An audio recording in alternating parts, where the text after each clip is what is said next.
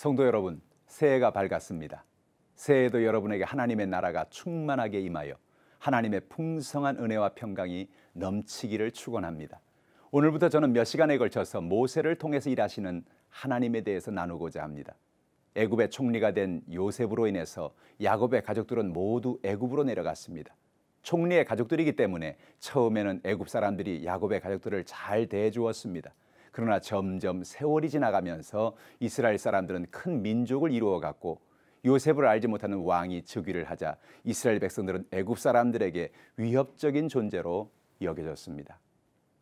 성장하는 이스라엘 백성들에게 위협을 받은 애굽은 이스라엘 사람들이 더 이상 번성하지 못하도록 남자 아기가 태어나면 죽이고 여자 아기가 태어나면 살리라고 산파들에게 명령을 하는 것입니다.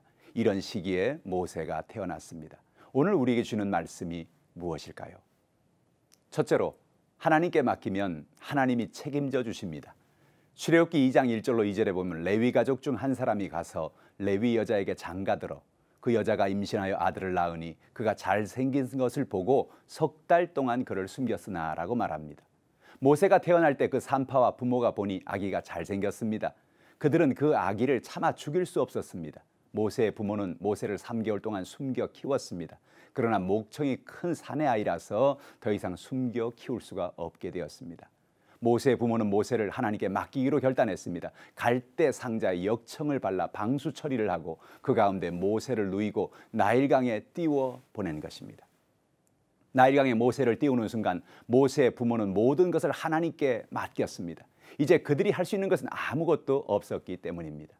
하나님은 모세의 부모가 나일강에 모세를 띄우는 순간 모세의 갈대 상자를 붙들고 계십니다. 모세의 인생을 인도하신 것입니다. 오늘 우리도 인생 가운데 한계를 만날 때가 있습니다. 내 힘으로 내 능력으로 안 될 때가 있습니다. 때로 우리의 문제가 질병이 우리를 압박해 옵니다.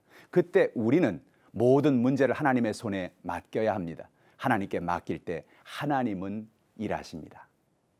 둘째로, 하나님은 우연이란 이름으로 일하십니다. 모세 부모가 나일강에 띄운 갈대 상자는 강물을 따라서 흘러내려갔습니다. 그때 우연히 애굽의 공주가 나일강에 목욕을 하러 나왔습니다.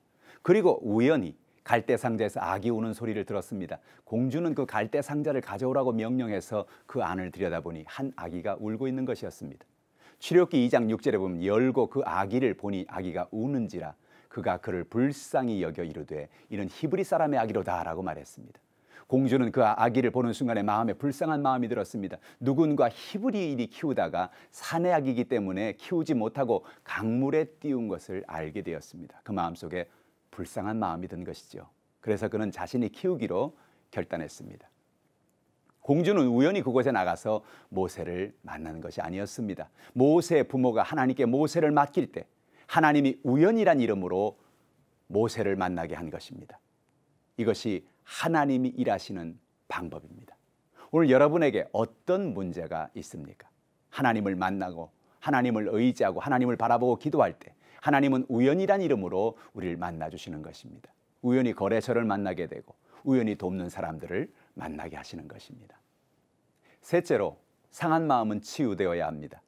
애굽의 공주의 양아들로 장성한 모세는 부러울 곳이 없이 자라게 되었습니다. 어느 날 모세는 자신이 히브리인이라는 사실을 알게 되었어요. 애굽 사람과 히브리인은 생김새가 크게 다르기 때문입니다.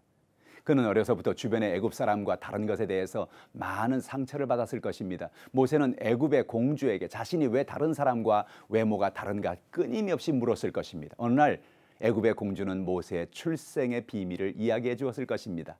애굽의 공주는 모세가 어린 시절에 나일강에서 갈대 상자에 넣어 떠내려가는 것을 발견했고 그리고 자신이 데려와서 너를 키웠다 그렇게 말을 했을 것입니다. 그때 모세가 경험한 충격은 대단했을 것입니다. 자신을 낳은 부모가 자신을 상자에 넣어 버렸다는 것보다 더 큰 상처가 어디 있겠습니까? 버림받은 상처는 일평생 큰 고통을 줍니다. 자신도 모르게 정상적이지 않은 감정을 만듭니다. 자신도 모르게 분노하고 자신도 모르게 두려워하고 열등감 속에 살게 만듭니다. 자신의 주변의 사람들을 힘들게 하며 살아가는 거지요. 장성한 모세는 어느 날 애굽 사람이 히브리 사람을 치는 것을 보고 자신도 모르게 분노가 올라왔습니다. 그래서 애굽 사람을 쳐 죽였습니다. 그는 더 이상 애굽에서 지낼 수 없어서 미디안 광야로 도망가서 살게 된 것이지요.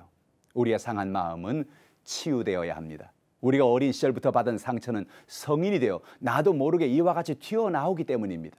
그러나 하나님은 그런 모세를 그냥 버려두지 않았습니다. 죽을 뻔했던 모세를 살려주신 하나님은 미디안에서 절망하고 좌절해 있는 모세를 찾아오셔서 그의 상한 마음을 치유하시고 그를 품어주신 것입니다. 사랑하는 성도 여러분, 문제가 있습니까? 하나님께 맡기면 하나님은 책임져 주십니다. 하나님은 우연이란 이름으로 지금도 일하고 계십니다. 오늘도 여러분의 주변에서 하나님이 일하고 계십니다. 상한 마음은 치유받아야 합니다. 하나님께 모든 상한 마음을 고백하고 맡기고 치유를 경험하며 마음의 평안을 가지고 살아가시기를 축원합니다.